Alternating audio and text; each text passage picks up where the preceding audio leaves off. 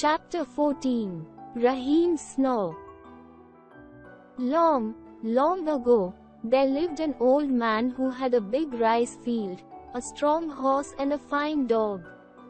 He also had a son whose name was Rahim. Now, this boy had a snore such as you have never heard. No, sooner did he lie down in bed than he began to snore.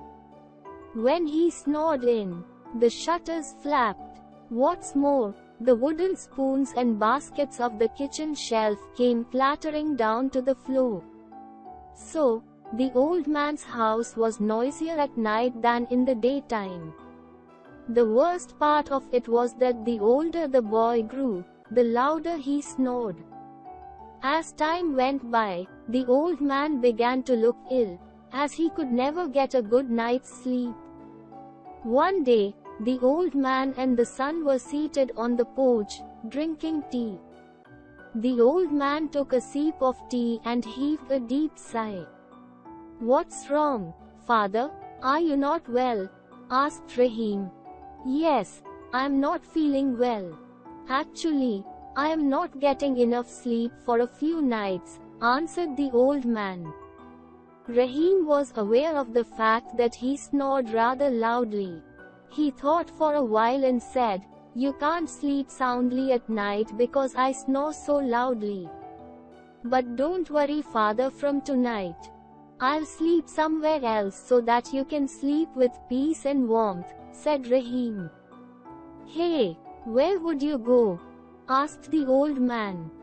Just then, they heard the horse whinnying in the stable. "That's it," cried Rahim. "The stable? Yes, I'll sleep in the stable with our horse. The horse won't mind my snores," chuckled Rahim.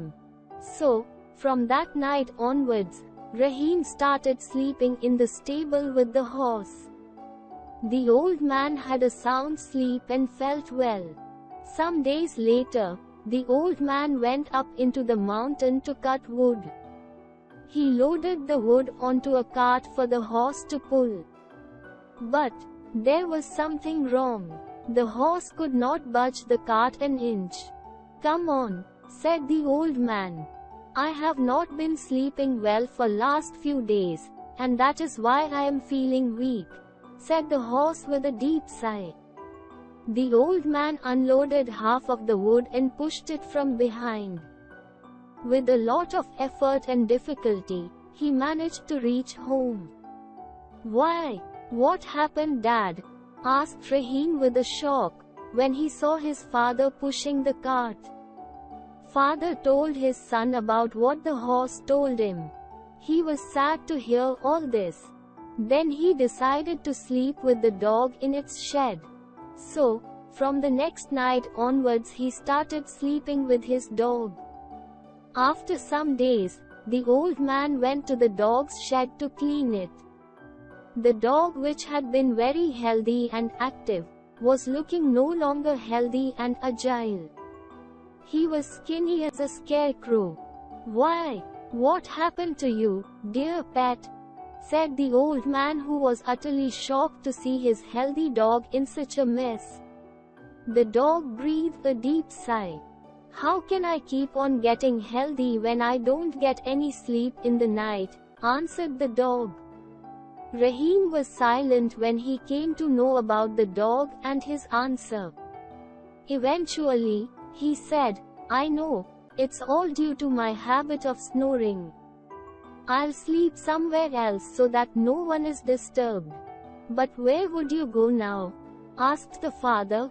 Rahim could not tell anything. He went away thinking, "I think frogs won't mind my snoring, as they too croak during night," thought Rahim. So, that night Rahim slept in the paddy fields on a straw matting by spreading it on the ground. He spread it beside the rice paddies and there he slept. Hundreds and hundreds of tiny frogs croaked in his ears. The next day, father went to see how Rahim had slept that night. The sight was shocking. Hundreds and hundreds of little frogs lay motionless, with their front legs pressed hard against their ears. Rahim opened his eyes and saw the scene.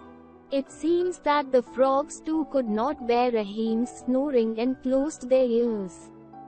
What should I do now? Where should I go now? Where should I sleep without disturbing anyone else? Oh, I'll burst my head, thought Rahim. He decided to go to the mountains to sleep as there would be no one to be disturbed. That night, poor Rahim took the straw mat and went up to the hill to sleep. There, he spread the mat under a tree and lay down to sleep. During the night, it started drizzling. The drizzle turned into a downpour. There was a thunder, with flashes of lightning. The rain woke up the old man. The father got worried about his son and decided to go to the mountain to see his son. He was very worried. He started to go out when suddenly, a pillar of fire stood beside the door of his house. The old man could not understand what it was. He was frightened. Before he could recover from his shock, there was a knock at the door. Father! Father! Open the door, Father! Please open the door. It was Rahim's voice. When the old man had thrown the bolt open and had unlocked the door, Rahim ran into the house, drenched from head to foot, and right behind him trailed the biggest man he had ever seen. The old man lighted a lamp to see, but the stranger he saw was too high to lay eyes on him. There were horns on his head and he was wearing nothing but a lion cloth. His skin was blackish red and his body was quite muscular. He was dripping wet and his face was ugly. But in spite of all these scary features, he seemed to be gentle and kind-natured. The old man could not utter a word. Rahim said, Father, he is Mr. Thunder. The reddish-black giant bent to greet Rahim's father and said, I am pleased to meet you. I am Thunder and I live way up in the sky. Tonight, I heard a sound of thunder coming from the earth. I was surprised. It was so strange that I decided to come down to the earth and find out the sound. I discovered this young man here on the mountain. I asked him how in the world he could make all that thunder when he didn't even have a drum, and he told me that it was only his snoring. But if you ask me, that would do for a thunder. He continued, to tell the truth, I am getting old and I haven't got much strength left these days, and my drums are worn out, too. So, I am not able to come out with a very good clap of thunder anymore. If I may ask you for a favor, please allow me to take your son with me, up there in the sky, and make him snore for us. The thunder bowed politely. Rahim was happy to hear this and said, Yes, Father, at least, I'll find some place where I'll be able to sleep peacefully. Don't stop me, Father. Let me go and try my luck, Father. The old man eventually allowed Rahim to go with Mr. Thunder. With Rahim gone, the frogs in the paddies returned to their croaking, the dog became fit and healthy, the horse became strong again and the old man too became healthy and happy again. Rahim could also sleep well.